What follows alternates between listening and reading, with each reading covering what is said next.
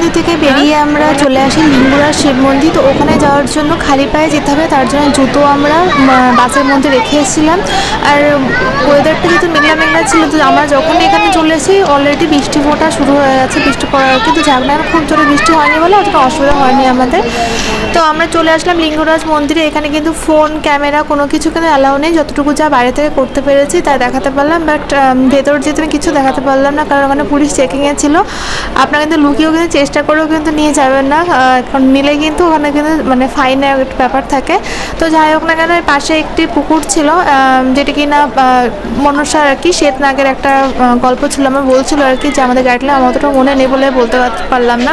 তো যাই হোক না কেন, প্রচণ্ড ভিড় ছিল। আপনারা চাইলে এখানে পুজো দিতেও পারেন, এরা না চাইলেও দিতে পারেন। যদি আপনার সময় থাকে অবশ্যই পুজো দিয়ে আসবেন, কোনো ব্যাপার না। মন্দিরের ভেতরটা খুবই সুন্দর আর কি। লিঙ্গরাজ মন্দিরে আমরা হচ্ছে ভেতর দিকে গেছিলাম, যে আমরা পুজো দিয়েছিলাম। এখানে কি আপনার পান্ডারা যারা থাকে না, যে যার কাছ থেকে যা নিয়ে পারে আর কি, আপনার আগে হিসাব করে নেবেন যে আপনারা যাবেন কিনা। কারণ পুজো দেওয়ার সময় বলে যে না কোনো টাকা পয়সা লাগবে না, কিন্তু পুজো দেওয়ার পরে বলে 500 টাকা দাও, 1000 টাকা দাও, এরকম। তো আপনি আপনার সামর্থ্য অনুযায়ী আপনি দেবেন, কোনো কিছু না। কারণ ওখানে পুলিশ থাকে, কোনো সমস্যা হলে আপনার পুলিশকে জানাতে পারেন। তো যাই হোক না কেন, সেখান থেকে আমরা দেখি আর প্রচণ্ড পরিমাণে বৃষ্টি পড়ে। তো আমরা চলে আসলাম হচ্ছে উদয়গিরি খণ্ডগিরি দেখার জন্য। তো আমাদের টাইমটা অনেকটা শর্ট ছিল, কেন কিনা আমরা এরপরে যাবো নন্দনকাননে।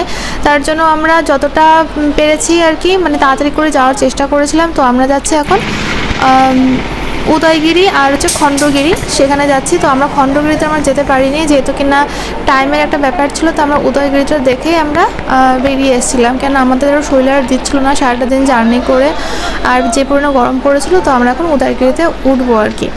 আর এই যে এখানে কিন্তু টিকিট লাগে, সেটা কিন্তু আমাদের যে বাসে করে আগে টিকিটটা কেটে নিয়েছিল উনি কিন্তু একবারে ওখান থেকে টিকিটটা কেটে নিয়েছে, আর আমাদের করে আলাদা কোনো টিকিট কাটার কোনো ব্যাপার যাতে না দেখা। এটা কিন্তু গুহা অ্যাকচুয়ালি। উদয়গিরিটি সবার কী দেখার আছে এখানে, দেখার বলতে এই পাহাড় আর কি, আর এখানে গুহা, মানে আদিম যুগের মানুষ এখানে বসবাস করতো। তো সেইগুলো গুহাগুলো এখনও অবধি রয়েছে অক্ষত। তো সেইগুলো দেখার জন্য আমরা উপর দিকে উঠছিলাম আর কি।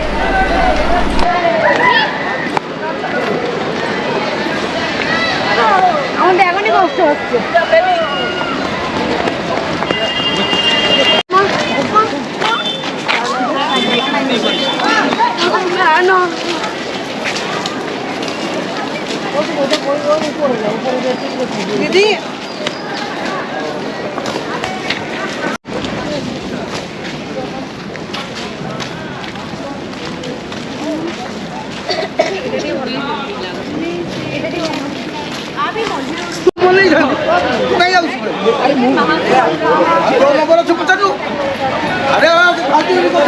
চলো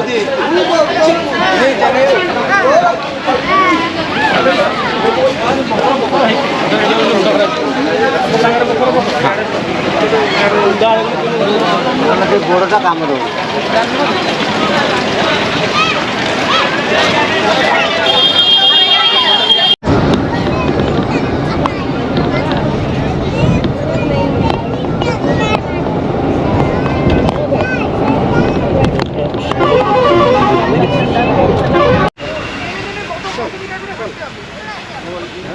তারপর হচ্ছে আমরা চলে আসলাম নন্দনকাননে। এখানেও কিন্তু টিকিট লাগে। তো এই টিকিটটাও কিন্তু আগে বলেছিলাম যে ওনারা আমাদেরকে জন্য কেটে রেখেছিলো। তো যাই হোক না কেন, এখানেও কিন্তু ফোন ক্যামেরা কিন্তু অ্যালাউ নেই, কিন্তু বাট আপনারা নিয়ে যেতে পারেন। এতে কিন্তু কোনো পুলিশ ধরবেও না, কিছু না। ওরা বারণ করে কেন, এখানে প্রচুর পরিমাণে হনুমান আছে, বানর আছে। বাইচান্স হাত থেকে ফোনটা ছিনিয়ে নিল কি ক্যামেরা ছিনিয়ে নিল, তখন হচ্ছে সব কিছু চিহ্নিত হচ্ছে আপনি নিজেই হবেন আর কি। তো তার জন্য আর কি এখান থেকে বারণ করে। বাট আমরা নিয়ে গেছিলাম, আর এখানে বাঘ ছিল দূর থেকে হচ্ছে আমরা দেখছিলাম, কিন্তু এগুলো ক্যামেরাতে ক্যাচ আপ হচ্ছিল না। তো প্রচণ্ড পরিমাণে ভিড় ছিল, যেহেতু আমরা গ্রুপ হিসেবে গেছিলাম বাস ধরে আর কি। তার জন্য একটুখানি দেখে নিয়ে আমরা বেরিয়েছি।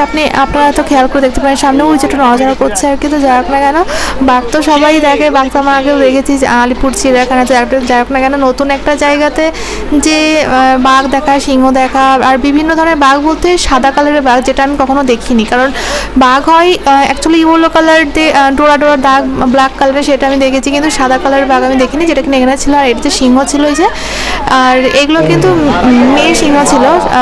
মেয়েদের জানেন না যে কেশর থাকে না। আর এই হচ্ছে আমাদের বাঘ মামা, খিদে পেয়ে গেছিলো মনে হতো, যার জন্য কিন্তু প্রচণ্ড ডাকছিল আর কি আমাদের বাঘ মামা।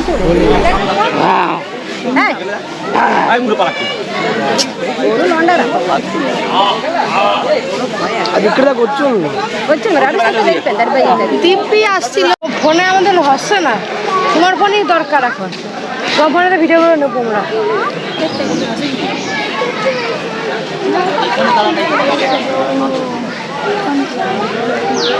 গরম লাগে না? আরেকটা জিনিস বলে রাখি, যখন আপনার নন্দনকাননে ঢুকবেন তখন কিন্তু অবশ্যই করে ব্যাগে করে খাবার আর জলের বোতল কিন্তু নেবেন। অনেকে বলে যে এখানে নেওয়া যাবে না, অ্যালাউ নেই, বাট তবুও নেবেন, কারণ কি না প্রচুর পরিমাণে হাঁটতে হবে, আপনাদের তৃষ্ণাও লাগবে, প্লাস খিদেও পেয়ে যেতে পারে। আর এটা কিন্তু আলিপুর চিড়িয়াখানা হয় যেমন কিনা কাছাকাছি খাঁচাগুলো হয়, তার মধ্যে সব কিছু থাকে, আপনার সেভাবে হামেশা দেখতে পারেন, আপনি 1 ঘন্টার মধ্যে কভার হয়ে যাবে। বাট এটা না, এটা প্রচুর পরিমাণে মানে যেতে হবে তো যেতেই হবে, এরকম একটা ব্যাপার, মানে 1 কিলোমিটার আধা কিলোমিটার এরকম যেতে হবে, যে কিন্তু এক একটা কিন্তু স্পটে এরকম দেখাবে। তো এটা কিন্তু মাথায় রাখতে হবে, প্রচুর পরিমাণে হাঁটতে হবে, আমাদের প্রচণ্ড পরিমাণে কষ্ট হয়ে গেছিলো, কিন্তু তবু কি সব কিছু দেখতে পেরেছিলাম। আর কি এখানে হচ্ছে অনেক কিছুই ছিল, মনমোহন ছিল, সেগুলো আমরা দেখতে পাই, কারণ আর সোজা দিচ্ছিল না আর কি।